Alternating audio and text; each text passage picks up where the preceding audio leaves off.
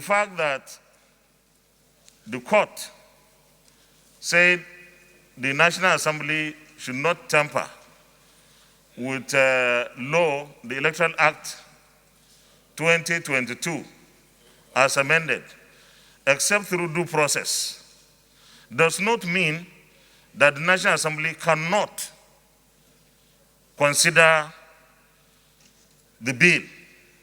So I think we are not breaching any law.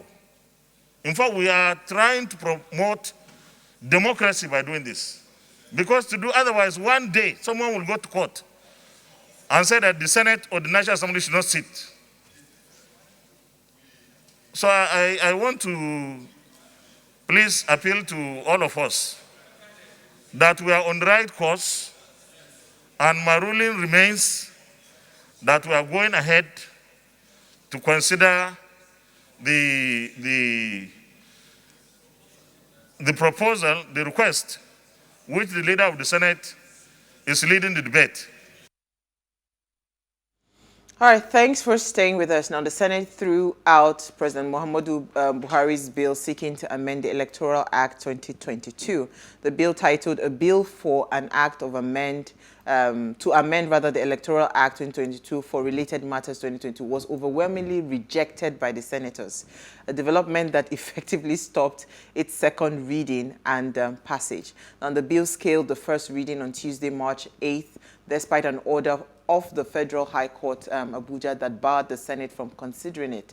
Now, the court, in a ruling delivered by Justice Inyang on the ex parte application by the People's Democratic Party, barred President Muhammadu Buhari, Attorney General of the Federation, and the Senate President from tampering with the newly amended Electoral Act 2022.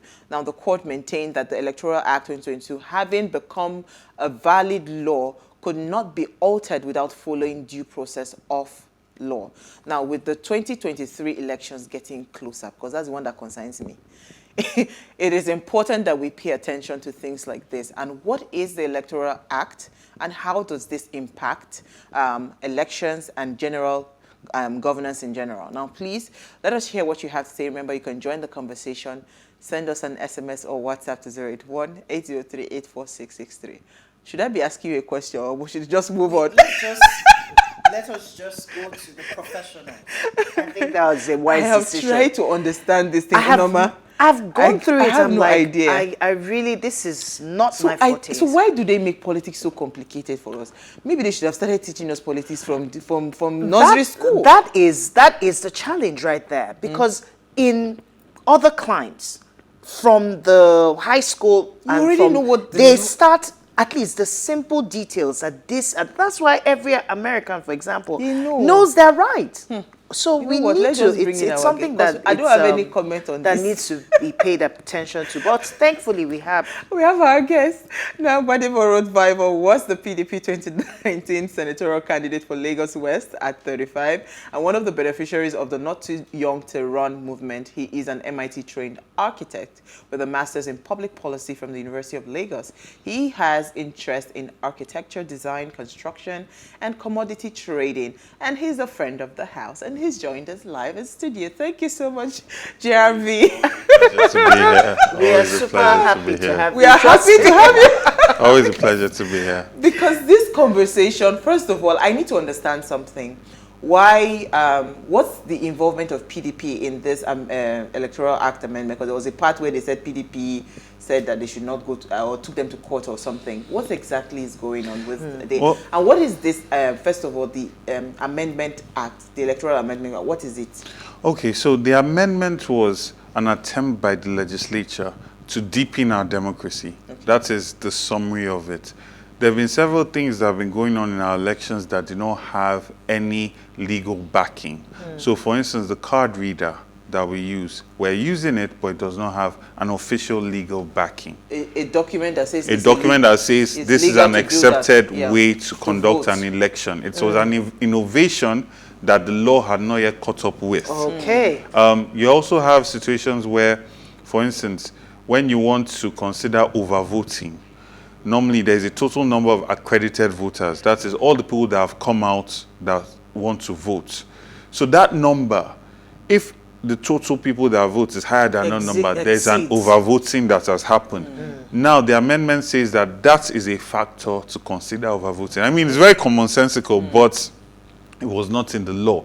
And that always made the whole process of fighting after the elections, yes, and trying to prove your case, it made it difficult.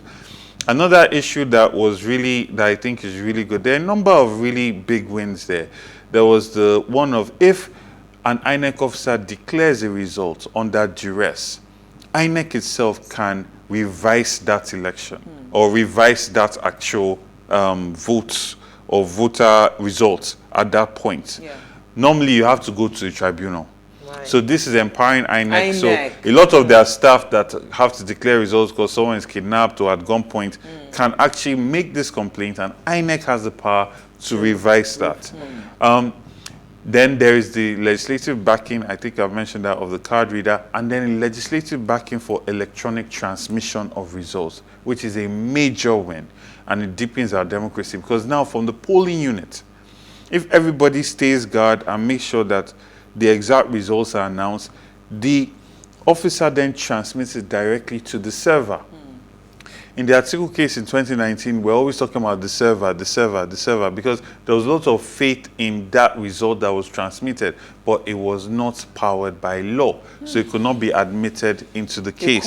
It could not be admitted to the court. So these are some major wins. Now, the one that is causing this K-leg now, where it was signed and people now realize how many people were caught off guard or how many people were affected, is the part that says, if you are a political appointee, so you're a minister, you're a commissioner, you're a chief of staff, basically your position was not earned by a mandate or by an election. It was by appointment. It was by appointment. You must step down from your position to before contest. You can contest. Okay. So that then creates a whole new dynamic, and is very, very interesting. So, and there are different people that affects. One, the person that wants to be a politician, that wants to contest, you now will not be running against a sitting minister that has capacity to have access to funds of a ministry, or a sitting commissioner. He would have had to step down. So those powers that come with that office will be relinquished. Away. So it creates a more fair ground for contest. For contest, not the entirety. I mean, you still have governors that are in position. Because I was coming there. Yes. There are senators that want to run for governorship. Yes. So they will hold their Senate position. Yes. And go and run. If they don't win, they just go back to the Senate. If they win, they move on. No, they cannot go back to the Senate if you think about it, because you cannot contest for two things at the same time. Really? So in it, there's a check there. So if you're a senator today, right, your tenure will expire at the same time the governor's tenure is expiring. Okay, so you cannot contest for both. You are going to have to take that risk at a point. But as a commissioner, you don't know whether you'll be reappointed or not reappointed. So you are stepping down, you are taking that risk. And there are a lot, and so for those people, a lot of them, their political value is based on position that they hold. A lot of them, with the way Nigeria is, the moment they step down, people will stop picking their calls. And people will start looking for... Because Nigerians, we only respect the seat. Yes. So those people now have to decide whether they're going to take that risk or not. So it gives them a lot more to think about. And then this also then plays out finally with the process of going through the primaries that will produce your presidential candidates. So there's an interesting dynamic that happens in political parties. Delegates, and this is where this comes in. Delegates are people that are political appointment holders, party administrators, and people that won political positions. But in a situation where you have a state that has a governor, you have a lot more delegates there than you do in states that don't have governors, because you have a lot more political appointees. So when you say by political appointees, you're talking commissioners, special advisors, all of those people. All of those people belong to the political party. Yes. So they would now be part of the delegates. Yes. So if, for instance, we are in Lagos State, this is currently being run by APC. APC, yes. There's also PDP that is trying to come out in Lagos State. Yes. So what you're saying is, if they do the convention, the delegates for APC will be much more than a PDP. Is that what you're saying? So now so the convention is within the party. Yes. Okay. Right, so separate it. Okay. So for instance, let's use your example. The delegates that will come out from Lagos for the APC will be much more than delegates that will come out of Anambra, because that is not an APC state. You understand? Okay, now I get you. Yeah. So now when you now look at the total number of delegates in the entire country, right? Everyone is now determined by power block. So if your state has a governor, in that state, you have more delegates, you can influence more who the presidential candidate that will emerge in your party. Okay. So that's why you see a lot of decamping and reshuffling before taking place. Exactly. Before, so by doing this now, you are creating an even playing field between states that have governors and states that don't have governors. So it's a very that one paragraph. So tell me what they did with the delegates. So basically, they're saying that if you want to be a delegate, you need to step down from your office. If you want to keep your office, you cannot come to a convention and vote or be a delegate. So that's pretty much it. Wow. So when you're voting, you're not voting as a delegate. You're just voting as a member of a party. Yes, but then there are certain elections that you have to have the power to participate in. There are rules that govern it. So for you to emerge as a delegate, you're either a former candidate, a sitting House of Rep, senator, administrators of the party. I mean, it's really rigorous. It's not something that is just wishy-washy. But now they're saying if you're a political appointee, you cannot be a delegate and you cannot be in position and run for office. Wow, this is serious. So they pull something there. So is this what we have now, or yes. this is what they are trying to obtain? No, this is what we have now. That is what President Buhari is trying to law. Has signed to law, and that is what he is trying to upturn. He is the one trying to. That's what his letter is saying. His letter is saying that for him, you are disenfranchising the people in position. So that is what his letter is saying. This is interesting. And the Senate is saying no. See why we love you. You are educating us. Are you kidding? So it is actually them trying. So this is what we have currently. Yes. It means that we will see some level of fairness in 2022. Oh yes, I have to give it to the Senate. There's been a significant effort to almost create a legacy, almost as though almost the same way you saw Goodluck Jonathan in power putting a card reader. Into our politics. That's some form of transparency. Yes, by default it does not work in your interest by creating that kind of transparency. But it was done to deepen democracy, and I'm happy to see the Senate take this step as well. It's something to be happy about. So what is the impact of this Electoral Act amendment? What does it, I mean, you said already that it's going to be a way forward, so to speak. What other ways is it going to transform elections in Nigeria and governance in general? It is going to transform elections. Okay, so governance, I always say, is a direct reflection of the process by which people got into power. Okay. If a politician bought his way into power, it's very unlikely that he'll be accountable to the people. And when people feel that a political process does not really get their voices heard, or they feel that their votes don't count, then you find that there's voter apathy and people don't really participate. So all of these things coming together to define the outcome of the political process. But the political process itself, once there's more transparency, once people feel that there's a lot more, relevance to their votes to coming out, then they'll participate more. And it's deepening the process in several ways. Let me give you an example. I was part of the election committee for the Ondo State elections in the PDP. And I remember at night we're collating results off the INEC server. Okay. So, and we're tallying it with our results. And in my experience, when I was there, it was tallying. So, normally, you have your election happens at your polling unit. And then that polling unit result is taken to your ward. Now, from your ward, it goes to a local government. Then they announce a result that, okay, these are the people that won in this local government. Those results are then taken to the State Collation Center where they announce the governorship results. Now, it's at the ward collation that you start to see all the lights. Where deliberately there's never lights at the collation center. There'll be a generator. They'll say generator stop working. No fuel. Then you have security personnel that will come in and chase people out. All that kind of things can now be avoided because directly from the polling unit results are transmitted.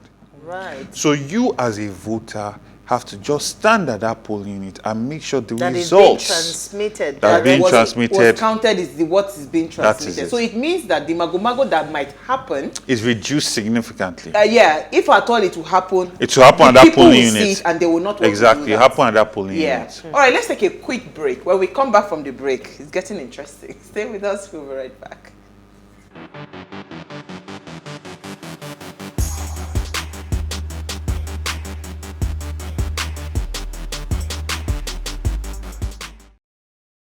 All right, thanks for staying with us. Now, if you just tuned in, we are having an, you see, for me to be talking politics and smiling, you know that I'm having an amazing time with GRV, and we're discussing the Electoral Act amendment, and we're asking what the impact is on elections and governance, right? And please let us hear what you have to say. Remember, you can join the conversation. Send us an SMS or WhatsApp to 081-803-84663. I didn't think that in my lifetime I'll be smiling with with political conversations, but I'm really enjoying the flow of the conversation.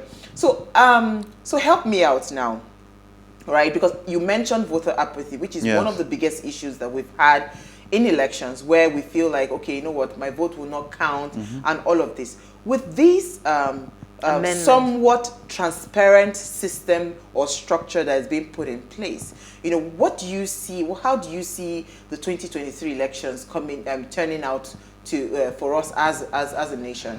I feel that if people can key into this, you know, it's one thing to do something positive, it's another thing for people to key into it or to have faith in it or believe it. If people key into it, we'll have a significant number of transformational leaders that would emerge from 2023 election.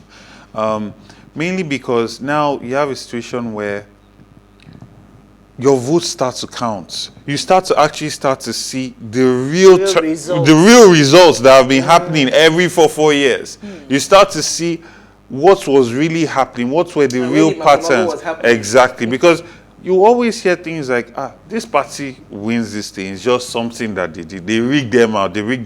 Now we'll see if truly they have been rigging people out.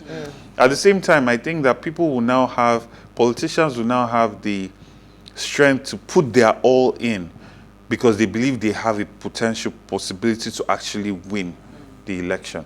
Let us not also be negligent and just think that we have reached the promised land. Obviously, there are still, I mean, if you are voting and then some thugs come and just scatter everybody, chase everybody away, and it's just the agent there with the thing, whatever they vote at that point is still what they will transmit.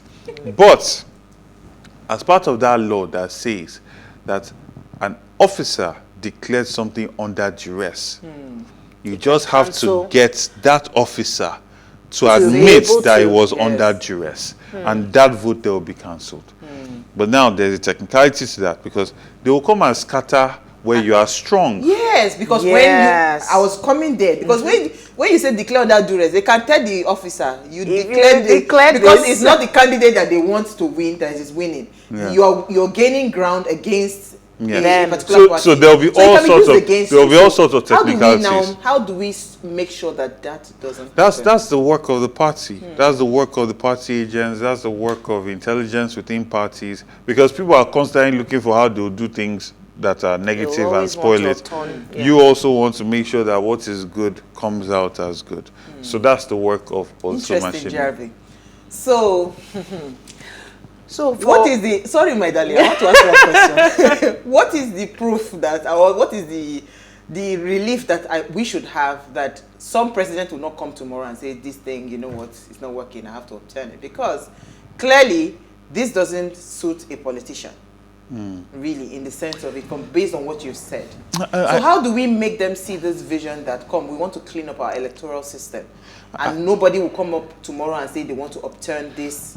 I think that's a mistake to think that it doesn't suit a politician, because it was a entire legislative house full of That politicians voted it that in. pushed this thing Were through. they under You know, sometimes influence of God, they say God works in mysterious ways.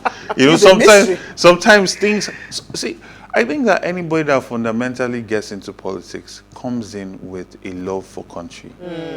The process changes people Yeah. to different extents. Yeah. When you look back at the history of some of these people, you see they started, it was a Because they were positive passionate, start. yeah. You know? So, I mean, like I gave an example of Goodluck Jonathan introducing the card reader. He did not have to do that. Yeah. Right? But he felt it's important to deepen democracy. And every government that comes in owes it to themselves to deepen democracy. So I do not see, just the way they've not upturned the card reader, I don't see this happening. I mean, it took a lot to get to this point. I don't see it happening. I believe that it will be further deepened. better. And see, this is the story of every country, every institution in terms of internationally that we look at and we clap for them. They did not start this way. In America, they were buying votes the way we are buying here. It was up for the highest bidder. Yeah. They were overvoting. But through a process, over a period of time, and people believe in cleaned up democracy, the they clean it up. And politicians will work with the system you give them.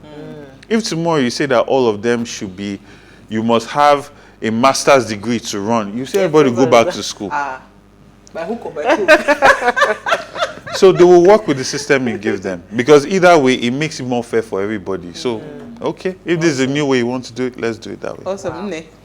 I mean, for the everyday Nigerian, what does this mean for them? It means that you have a more transparent election process.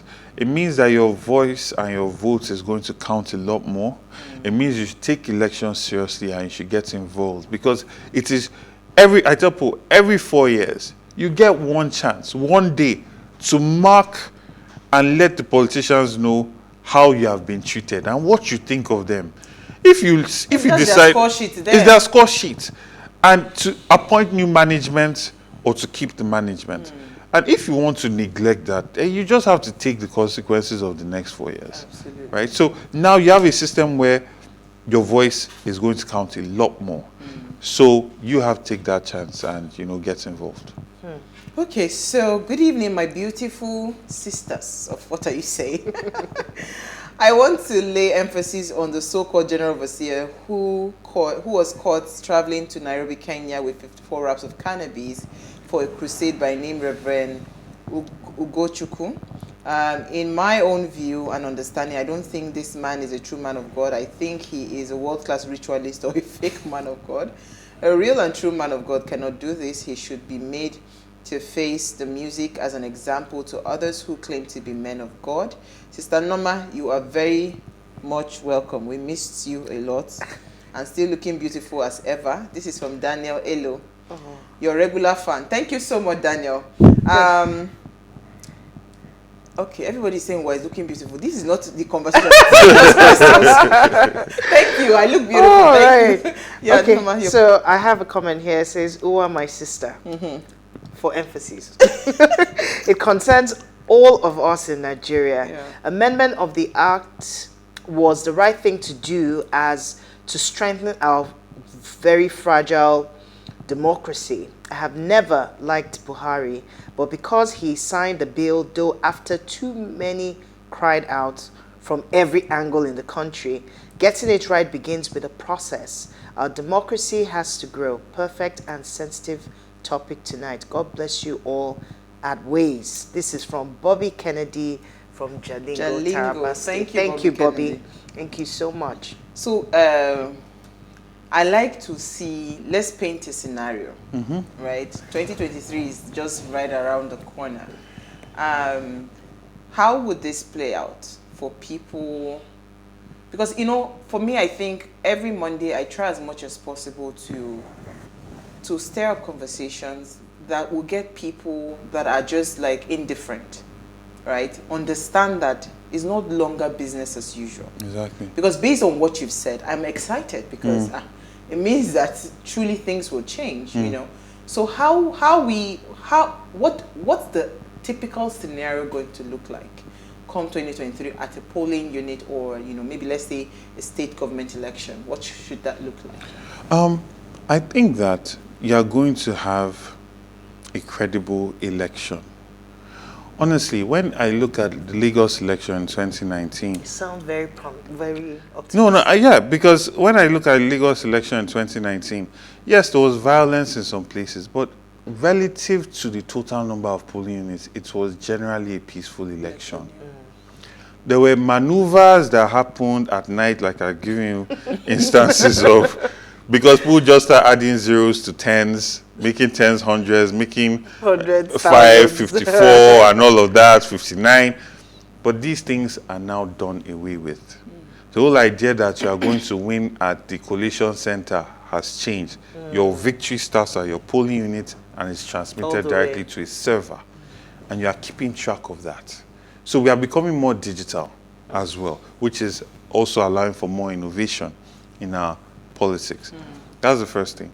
The second thing is, a lot more people should understand that you have your right to stay at that polling unit and make sure that the result is announced. Because I've seen where, even in this Lagos, in Amodofi, people stood and we won. PDP won. Yes, now. But Yes. even 2015 elections, we were there under the rain. We were there till late 2 a.m. We were there. We said, You see, this so is people, our when people observation. do that, you see your results, and you see places, for instance, in Oyo State, where the people decided, Ibadan people decided that they want Shey Makinde. Yes. That is it. So when the people stand, there's no rigging that you are going to do.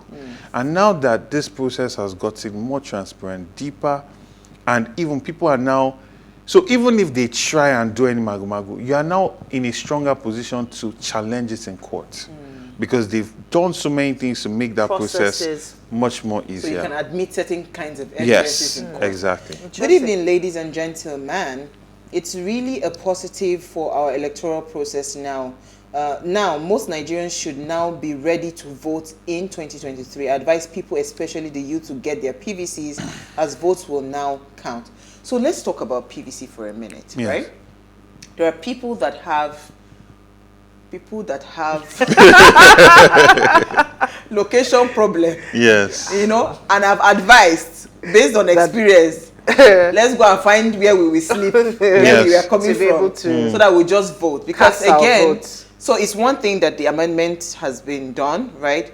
But, you know, PVC still remains one of the biggest issues, Yes. right? So my PVC was stolen after the 2015 elections. Okay. I have done the police reports and everything. I was supposed to go and get it. They said, no, go to this, do online. So I'm in the process of trying to renew. Okay. But how can we get people's permanent voters card to come out swiftly, early, Some that we're people not have waiting? moved Yes. Some people have locations. moved locations. They're no longer in the place, residence, you know.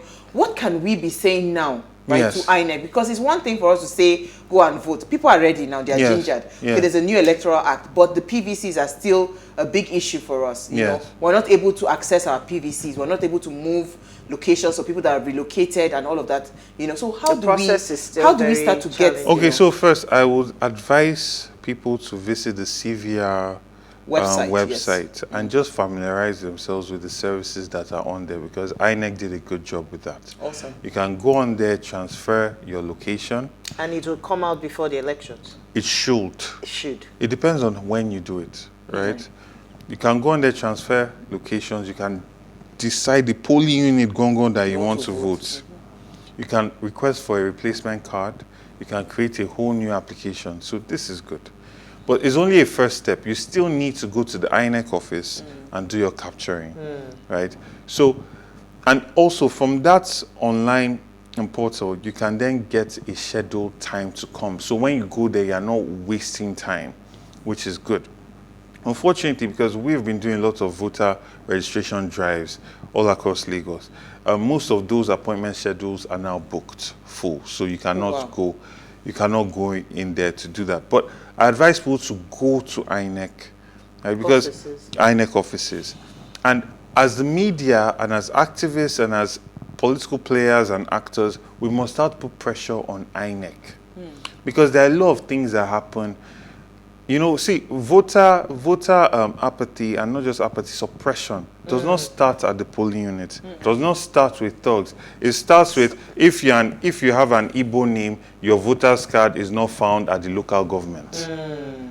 And this is a major problem, especially in Lagos. Yes. It starts by just having a whole number of voters' cards being given to political actors of a ruling party, right? And they just hold it. So those people are disenfranchised, they cannot vote. So, JRV, how do we hold them accountable? So, do we have, like, so for instance, you are running for an office, Yes. you know, in 2023. Yes. Do you have, like, a team that people can say, you know what, I can come to you, you know, because imagine if you have agents to make sure that we are taking it step by step, you know, Yes. because Cards we need to start having those soldiers. Are there places that people can go to say, you know what, this is my issue, I want to report the issue, and they can now, you know, because they know that if you take it up, for instance, there will be a lot of So I'm the leader of the Our Lagos movement, and like I said, we've been doing severe exercise across Lagos. Yes. We have places in Ikeja, in Alimosho, in Agege, in Etiosa, and we are expanding. So what we're doing is, as we are helping people register, we're keeping a database of these people so that we'll follow up with them. We're going to be following up to make sure that they get their cards. And we're going to also put pressure on INEC. You see, the reason why this Electoral Act was signed was because everybody with one voice was speaking to Buhari saying, you need to sign this. Now he has done that. We now need to take that same energy and put it on INEC. Yes. Right? There must be a transparent process by which people should know their voters' cards are ready. Because now when you go there, they give you a date when you can come and pick your voter's card. Yeah. But there must be a feedback loop that says, I came and I got it. Yes. Not it just disappeared. Because we are moving to a more digital, and these are exciting times. Very exciting. But I was going to come to that. I have a question for you there. But let me take this comment from Gift Offer from Luanda. She says, greetings, ladies and gentlemen. Thank you so much. If I miss it, we're thanking him for breaking down what the Electoral Act Amendment is all about. Keep glowing, ladies. Thank you so much, Gift. Everybody is loving, because these things, sometimes they make it too complicated. Yes. And for the average person, it's very difficult to just understand. So, we're breaking it down now. It makes it easy for me to know, know, okay, this are my own personal responsibilities towards the election. I was going to say that because, you know, you say thank God for technology, but you know, say Nigeria, but they don't tell us say that server don't crash. Network, that there's no network. How do we guarantee that server? Considering the amount because of that money, server now, there will be a lot of hackers. That is true. Yes. Yeah. So how do we? Considering the amount of money that INEC is spending on this, I expect that they have proper security protocols. I mean, these are not things that INEC is making by themselves. I imagine that they are consulting with the American electoral systems and European. They visited all these places, collected per DMs. You're living in 1250. But the point is, so we are finished voting. Server crash. What is the way forward? well, you have your polling unit results now. Okay. We go back to court. Go back to the what's it called, the polling system. The You go back to the system that will be electronic transmission of the results. Yes. Right? So which is what we are trying to avoid. No, but I'm just saying, because anything is Nigeria. Anything can happen. So tomorrow they can say to you that, because based on the numbers that they are seeing, they can say to you that the server crashed. There's nothing you can do about it, right? Yeah. So we'll go back to the local this thing. But I was going to say that, can we not get to that point? You know, the way in the US, you're just seeing the state turning to blue. No, we will get there. But you know, but to be fair, you see, I think we will get there with what we are going now. Yeah. Gradually. We're able to get there because from your TV station, you can be actually collecting results. Yes. Right? You can actually be seeing it live as it's being uploaded.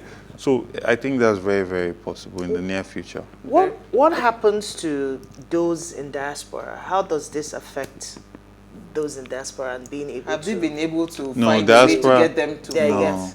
yes. It's a big challenge, and it's also a two-way street, because one, diaspora contributes so much money into our Economically, system. It's only right that they also have a say in what's going on in the country, because if the government A was lot of them managing, desire yeah, to if be the government part of- was managing the country much better, they won't have to be sending that much money to Lagos to First take care of place. family and welfare and all of that. So that's one. Two, how do you manage that process? How do you manage the identity that this person is indeed really- a Nigerian? How do you manage all of that? But how did they do it in the U.S.? They went to the U.S. embassy. The Americans living With here their... went to the embassy. So is it possible that Of we course can that's have possible. credentials? So I why think- are I we think not that's pushing for possible. that? Or it's not time yet for I that? think that they are overwhelmed a little with this ones that Just they've this pushed. one, I'm okay. sure that'll be the next frontier. I mean, like you said, go to the embassy until they start rigging there. That's true, but if we do open a portal, just the way you said that, and they did a fantastic job, because I went on the CRV Yeah. portal, CVR, CVR. portal for the INEC.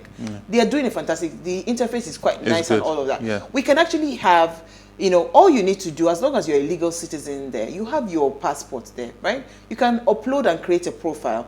And when it's time for elections, you just send in your votes. and It's they're able possible to that you can collect go it. online and say you just click on the party. You don't have to. Yeah. These things can actually They can be done. It's It can political be done, will. but it's the willpower. So It's the political what will. gives that, somebody will not come out tomorrow and say, no, I don't have the will to do this. Let's just go back to how things It's were. also our role. So we need We to, need stand to and push watch. it. Yes. We need to pressure it.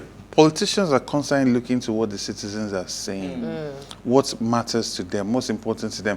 If the diaspora come together and also are working on people that they keep sending money to, let us put pressure on these people. Yeah. 2027, we must have a say, we must be voting. Eventually, that will happen. Because the people that will champion those things will be in favor with those people. The elections most likely will also be funded by those people. So it's about coming together and making your voices heard. Awesome. Do you have any final word for us? I feel that this is a very exciting time to be in politics, to be a citizen, because citizenship comes with responsibilities. And there is no better time than now to get involved and let your leaders know how you feel about the way they've managed the country and what you want to see, your aspirations and your hope for this country moving forward. Awesome. It's always a pleasure. Oh my God. Thank you. We just went to governance. We went straight to 400 level. We didn't even start from 100 level. Governance 400. But thank you so much, Thank you Jarabi. so We had much. a Always a fantastic pleasure. conversation. Thank you, Nama. Thank you. All right, so before we go, do ensure you follow us on Instagram at PlusTvAfrica. You can interact with us further, drop a comment, and more importantly, follow all our engagements online. Like, share, and invite your families and friends to watch and follow the conversation. Thank you to everyone that sent in their messages and comments. We love you too, All right, so if you missed today's quote, here it is again. It seems to be impossible to hold a credible election without reforming the electoral system. So for us to go further and have a credible election in this country, some of these amendments are very critical, and we're happy that it's coming to light. So we know that more and more of that will come for us, hopefully. All right, we'll see you guys live tomorrow at 8 p.m. as we bring another great conversation to your screen. Enjoy.